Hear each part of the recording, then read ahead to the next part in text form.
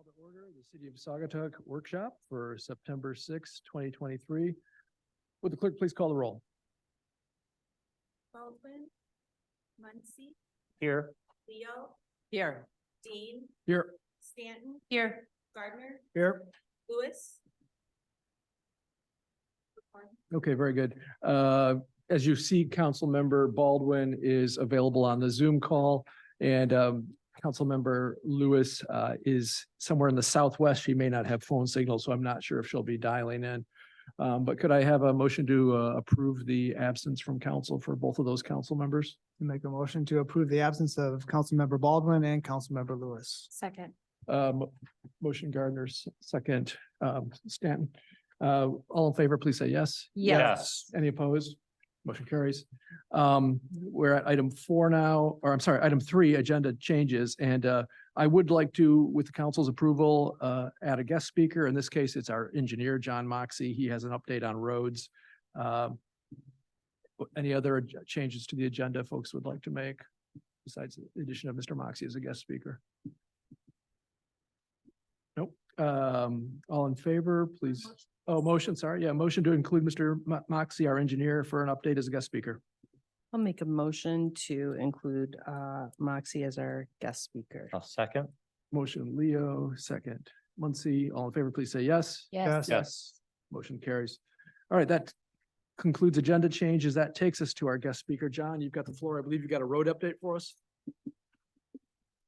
Thank you. Thanks for the late ad. I was in town and our project just started, so I thought it would make sense to give you an update. I know the office has been receiving some calls. You may have been getting some questions from constituents.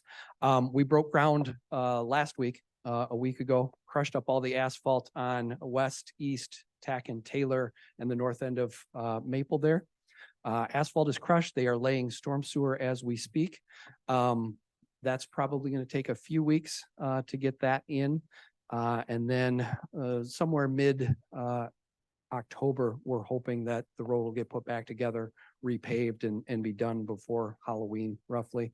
So we've got another 4 to 6 weeks probably of construction conditions, and then it should start getting cleaned up as we move through October.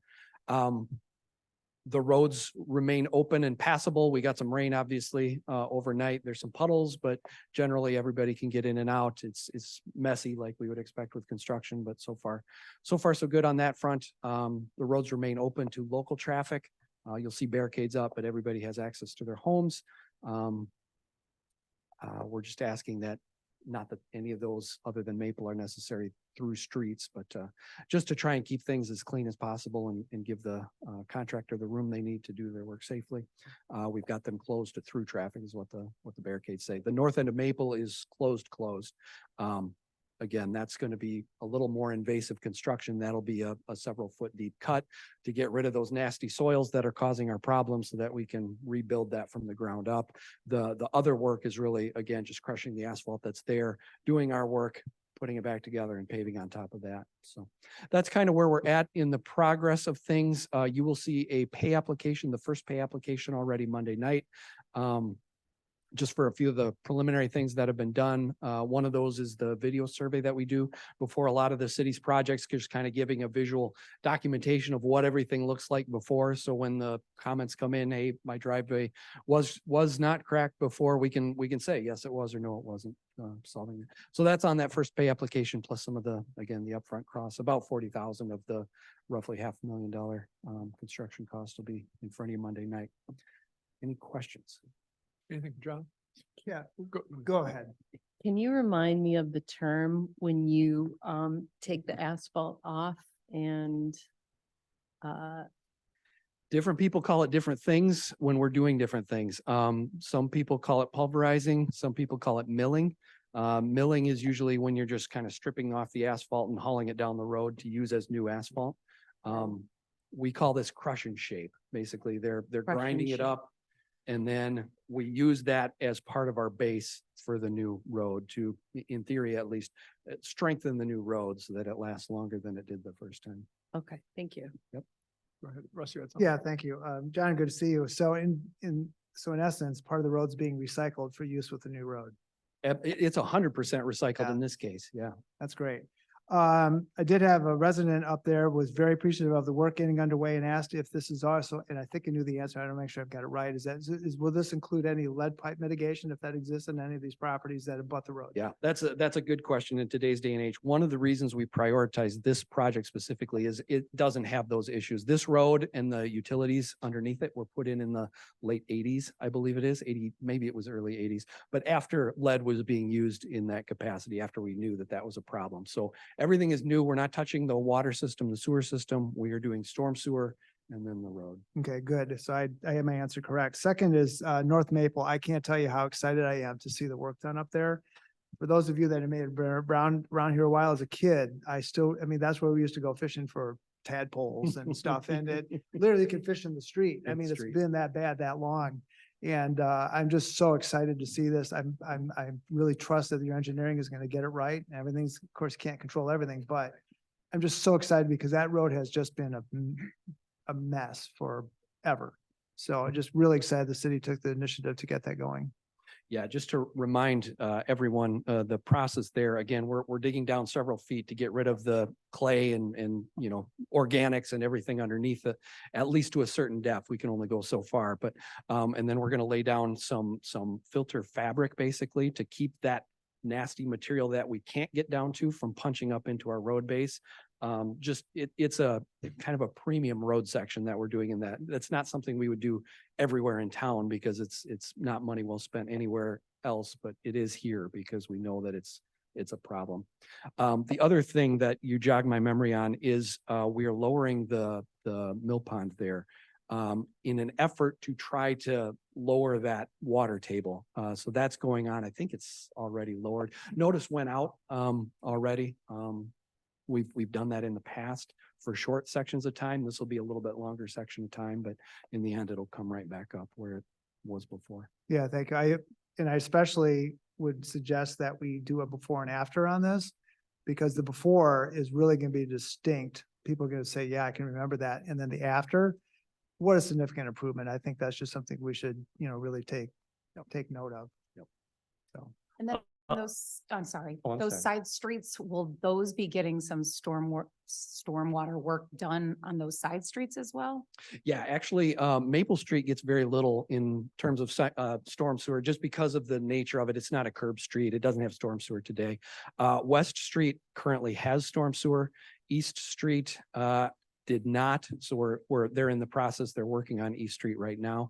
And then Tacken and Taylor the same, where we'll be putting, it's a small size storm sewer because what we don't want to do is just funnel all this water back down. So if you go out there and take a peek, they're putting in an oversized catch basin. Basically, it's a series of oversized catch basins that are perforated. So they're designed to try and get rid of some of this water into the ground before we just, send it on. So that's all in an effort to try and mitigate that outlet there at Maple and Mason.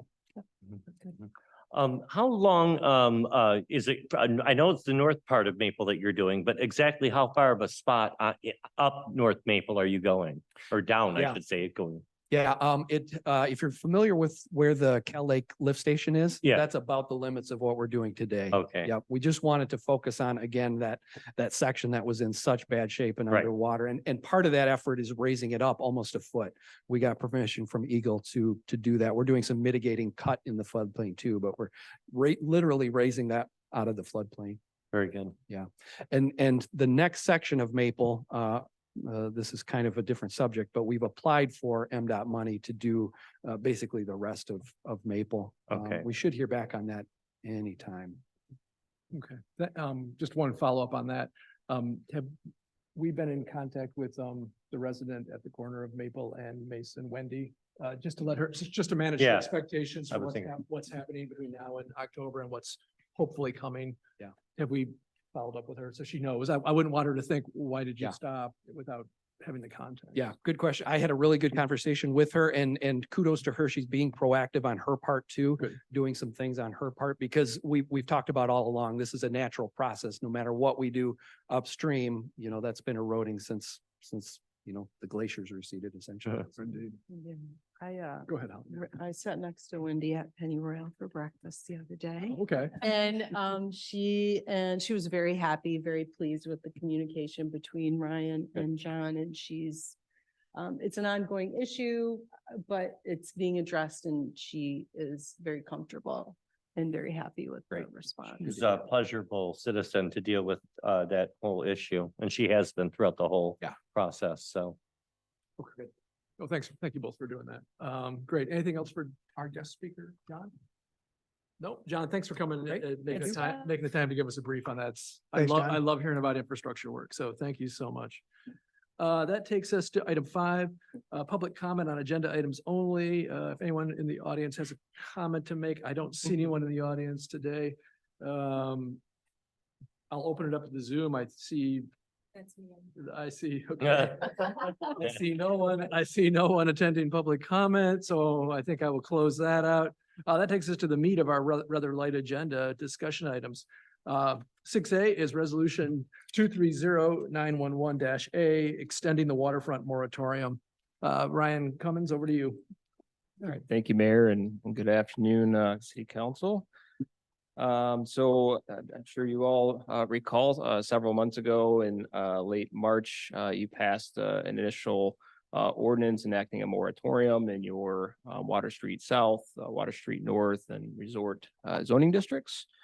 So at that time, the ordinance that you passed said that the moratorium would be in effect essentially for 6 months through the end of September. And so since that time, your planning commission has been hard at work making progress in evaluating our regulations, zoning regulations. Our planning consultant, Dave Drossik, did a pretty deep dive into the ordinances and provided an initial assessment report that the planning commission and our historic district commission discussed and provided feedback on. The planning commission was able to provide some feedback on what a public engagement process should look like. That involved 2 separate surveys that were sent out to community members, which we had very strong responses on, as well as numerous pop-up kind of community engagement events. And so Mr. Drossik has taken all of that community engagement feedback, feedback from the planning commissioners, and kind of provided a final recommendations report at the last planning commission meeting on August 17th. And then based on the planning commissioner's feedback, he's working on draft ordinance language changes that the planning commission will review at their meeting here in a couple of weeks. Assuming the planning commission is fine with that language, they then would schedule a public hearing to occur in October. And then after that public hearing, they would then discuss recommendations to come back to the city council. It's possible that the planning commission may want to take a couple of meetings to discuss the actual draft ordinance language changes. So what we brought to you, as you may recall from your ordinances that you passed, they indicated that the city council by resolution could extend the moratoriums. So before you is a resolution that would extend both the police powers moratorium as well as the zoning ordinance moratorium through the end of December, which should give us sufficient time to finish that language up with the planning commission, hold a public hearing to get more formal feedback on the actual changes, then bring it back to you for your decision. Thanks. Anything for, or Russ, anything you want to add to that, given that you've been sitting on planning? Yeah, thanks, Mayor. As council representative to planning commission, this was discussed just in general terms at our last meeting based on the information that Ryan just shared. And I don't see that the planning commission would have any issue with this being extended. I don't know if there's been any public feedback from anybody that's saying, hey, I'm waiting on an application because of this moratorium. Not that it would matter, but I'm just kind of curious if there's been any. Yeah, so there are 2 projects in the resort zoning district that one is some deck work essentially that they wanted to work on that's been on hold as a result of the moratorium. There's other underlying things that we have to work through with that particular applicant as well. So that applicant would be impacted.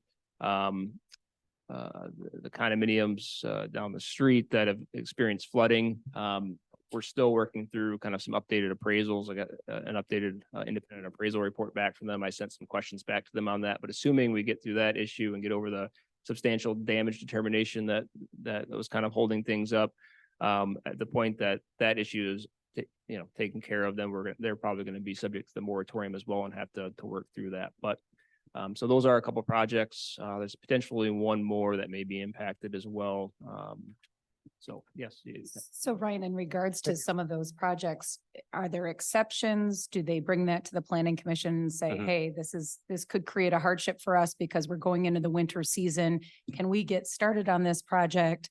And are there exceptions of any sort? Yep, so, yep, excellent, point, and thank you for bringing that up, because the ordinances that you pass actually do provide for a waiver option Right. that they can actually apply to you as the city council. If they, there's certain conditions they have to meet, we have to actually hold a public hearing here for you to consider granting them a waiver, but that is an option that's been explained to all of the applicants that have run into that particular issue. In fact, the one that has the decking issue considered it, and I thought I might see something late last week, and then they didn't submit for a waiver. So that still would be their option. None of that would change with the resolution extending this. Would there be, I remember that was included in that, because I thought about that as well for people that, the flood damage and things like that, they were just restoring back to how it should be, or, any hardship. I remember that being a part of it. Would there be a fee for them to come up here just to the council to pass something like that? If somebody wanted to make a special exception, like the folks you're talking about that had the flooding, would there be a fee for them to bring that up to council and ask? Well, I know there can be Yeah. fees associated with things like that. That's why I asked. yeah, I mean, we kind of have like a catch-all others, like zoning related fee that you've set as part of your fee schedule. It probably would fall under something like that. Okay, Yeah, if they just wanted to ask if they could have it done, there would be a fee for that. right. Okay, thank you. Yeah, because there would be some publication Okay. costs with Mhm. setting the public hearing and. Sure. Go ahead, Russ. Just one last thing to add. I want to make sure everybody understands that the planning commission has worked very hard on this, as Ryan Cummins has, zoning administrator, as well as David Jurosik, planning consultant. So this is not done because we needed more time, but we really needed more time based on all the feedback we got. But there's been a lot of hard work. I'm super proud of the planning commissioners. They've done a great job giving feedback to Ryan. He does a great job kind of prompting us to get information back to him to keep this process moving forward. So I just want to say thank you. And I think we'll come up with a really good result for the community out of this. Great. Anything else on this one? All right, this will be on the agenda Monday. All right, great. Moving on, 6B, right-of-way signage request, hazardous waste day.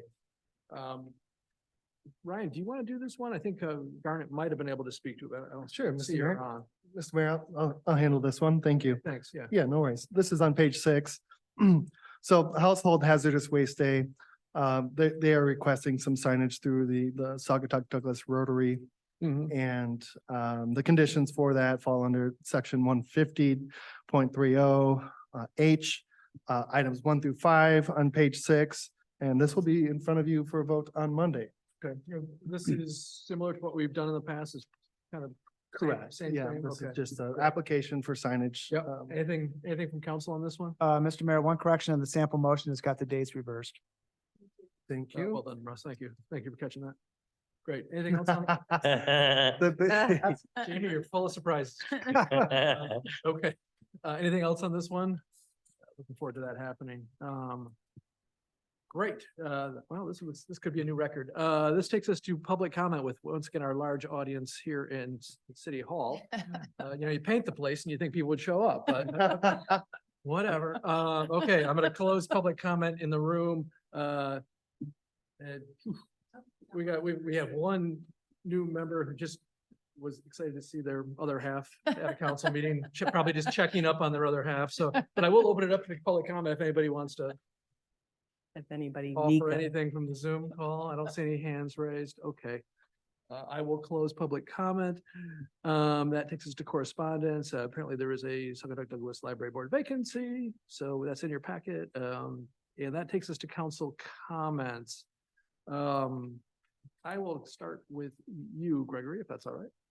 Sure. I have reached out to Sadaba, who's actually they've admittedly, had a rough go at the organization this year, and I've stepped up to help volunteer with them throughout the rest of the year to ensure their events are going to be fun for our residents and our visitors.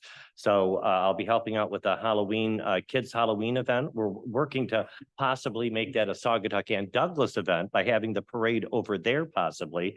Talking with Aaron Wilkinson, that street is going to be already closed off for the day. That way we won't have to worry about having to close off a street. I know there was an issue last year with the complication of closing off the street for that. So we're working on that. We're also, and you'll see those applications soon.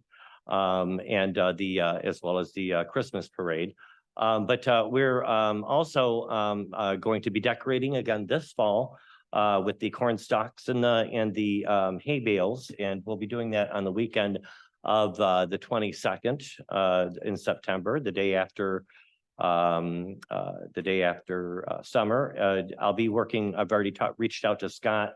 I saw him the other day, and we talked about a good weekend that would be good for them to place them out as they do every year. And he said, yeah, that would be a good weekend. He's looked at his calendar. So we'll be getting those hay bales. We'll be looking also for donations. Sadaba did not do a membership this year with their members. So that kind of what really hurt them. Didn't have a lot of budget or funds to do anything. So we'll be asking for donations. We just need to raise about $1,000 to cost the pumpkins and the hay bales. And then we'll buy lunch for the guys at City Hall. I mean, not you, sorry. Unless you want to join us for lunch. What we usually buy lunch for them. So that should just about cover it. So we'll be reaching out to our business owners for $10, $20, whatever, and help raise funds to make the town look so pretty. We didn't charge them membership this year, but I'm gonna help them and hopefully guide them through organizing and reorganizing the events and things for next year as well. So look for us doing that next September or this September on the weekend of the 22nd. No comments at this time. Thank you. Thank you. We just have short-term rental task force meeting tomorrow at 3. Okay, So great, we're wrapping things up fairly quickly with that. We will go through September and hope to have some recommendations to the planning commission and to city council by then. Thanks. No comment. Thank you. Thanks. I believe since we're not voting or even in the deliberative part of the meeting, I can allow Helen Baldwin to offer any comment that she might have as a council member. Helen, feel free if there's anything you'd like to share for council comment. I think I can let you do that via cyberspace. Thank you. I'm all good. I just want to remind everybody that, all the council members and staff, I guess, that Mount Bald Head Challenge is this weekend. Get ready. Well, Deal. thanks. I have signed up, but I'm not ready, but okay. We thank can't help you your for- knees. That's on you. Oh, I know, Helen, thank you. And thank you for reminding me that are you doing it? Yeah, I'm like you. I signed up. I'm not ready. Oh, yeah, okay, no, I'm not ready. Okay, I'll wrap things up with, we've made it through Labor Day, and obviously we've got a longer season now here in Saugatuck than we used to. It's still busy in town, but I'd just like to thank, and I'll probably do it again on Monday, kudos to the staff for a really good summer season. There were no major incidents that I'm aware of. We had a safe traditional summer season at the beach. I've heard nothing but positive things on how the beach was run this year, and that's kind of a core competency that this team prides itself on. And so I'm very, very grateful to the DPW staff and everyone that was involved in keeping Oval Beach running smoothly this summer. So a big thank you to the team. And with that, I'll take a motion to adjourn. I'll make a motion to adjourn. I'll give it to Muncy and Gardner. All in favor, please say yes. Yes. Yes. Meeting adjourned.